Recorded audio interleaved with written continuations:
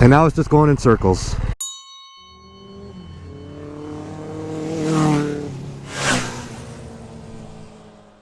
These are 5 more mistakes new riders always make.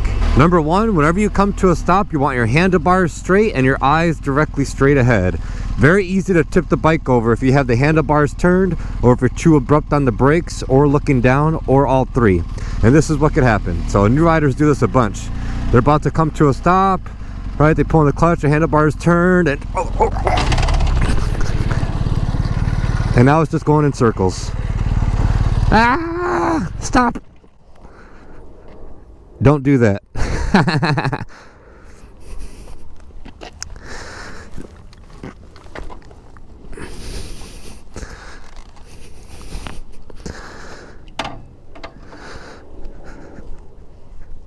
So there you go, everyone. That's the purpose of crash bars. It's just to give you guys a demonstration of what not to do.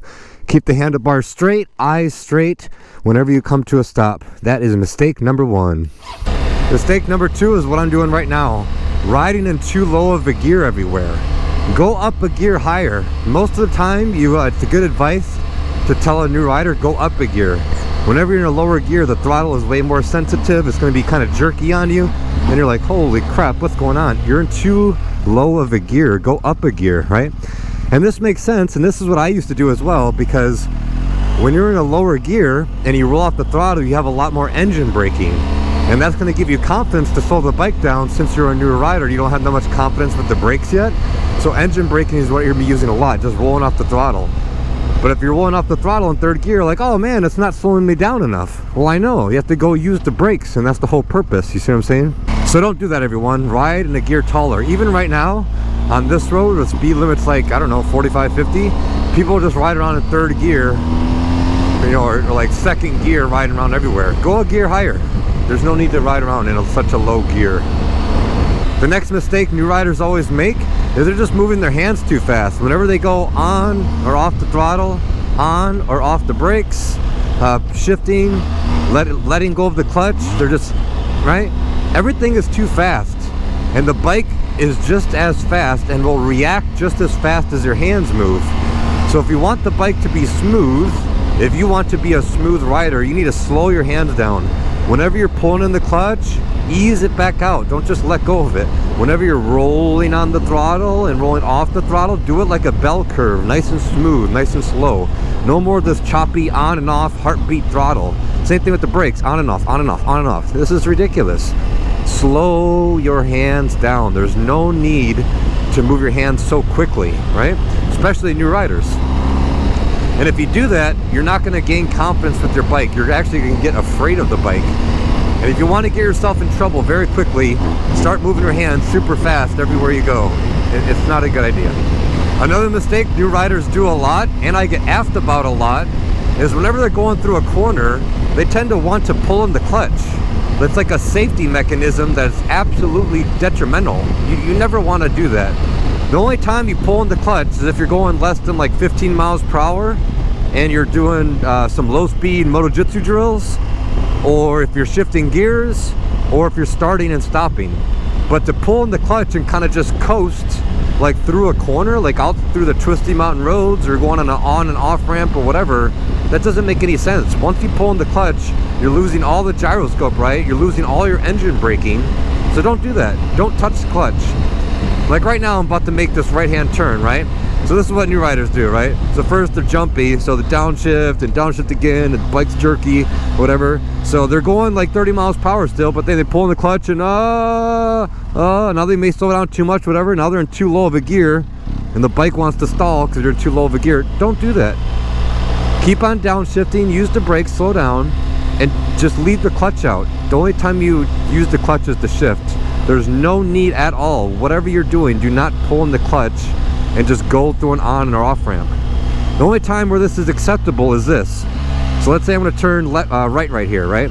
So now I'm going really slow. I'm going like 15 miles per hour. I pull in the clutch, slowly ease out the clutch to make the turn. No big deal, because I'm going slowly, right? Faster turns, you don't do this at all, ever. Like you don't do that. The amount of people that ask me, what do I do with the clutch while trail braking, is astounding to me. It's almost like these people don't ride. you don't do anything with the clutch. It's totally irrelevant to trail braking, to braking at all. It has nothing to do with it. So in fact, look, I'm going a little bit faster, so this is what people do. Go off the throttle and just pull in the clutch. And they just kind of coast through the corner, the clutch is in. It's like, what are you doing? They let go of the clutch and it becomes dirt. Don't do that. The clutch is irrelevant to twisty mountain roads, to on-ramps, to off-ramps, to big corners. Same thing, I'll do it again. And it's so weird, like right now there's engine braking, I'm slowing down, I pull in the clutch, it's just, whoa. It's like, what the hell are you doing? Like, don't do that. Do not do that. Leave the damn clutch alone.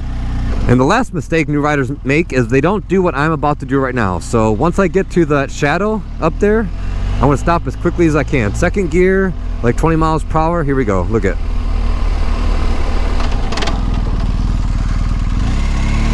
Any moron, any idiot can roll on the throttle and go really fast.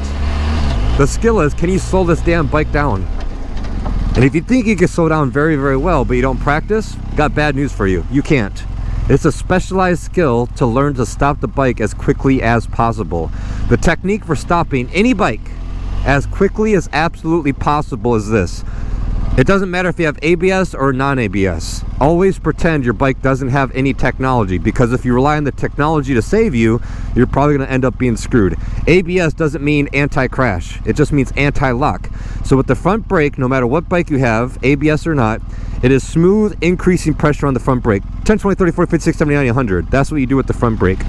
Now with all that weight going forward, the rear end is obviously lighter. There's less and less weight on the rear end of the bike as you're getting harder and harder on the front.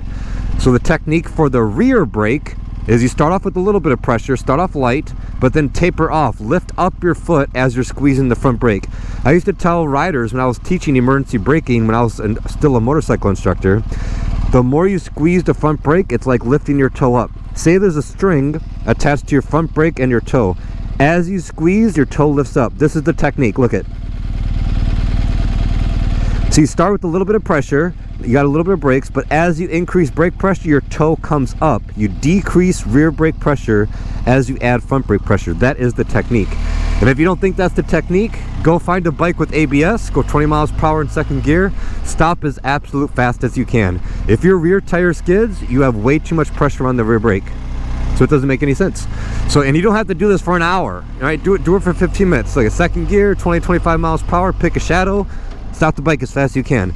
Now when you stop, you should be in first gear before you stop, eyes looking straight, handlebars straight, right? And stop as quickly as possible. At 20 miles per hour, you should be stopping like 15 feet or less.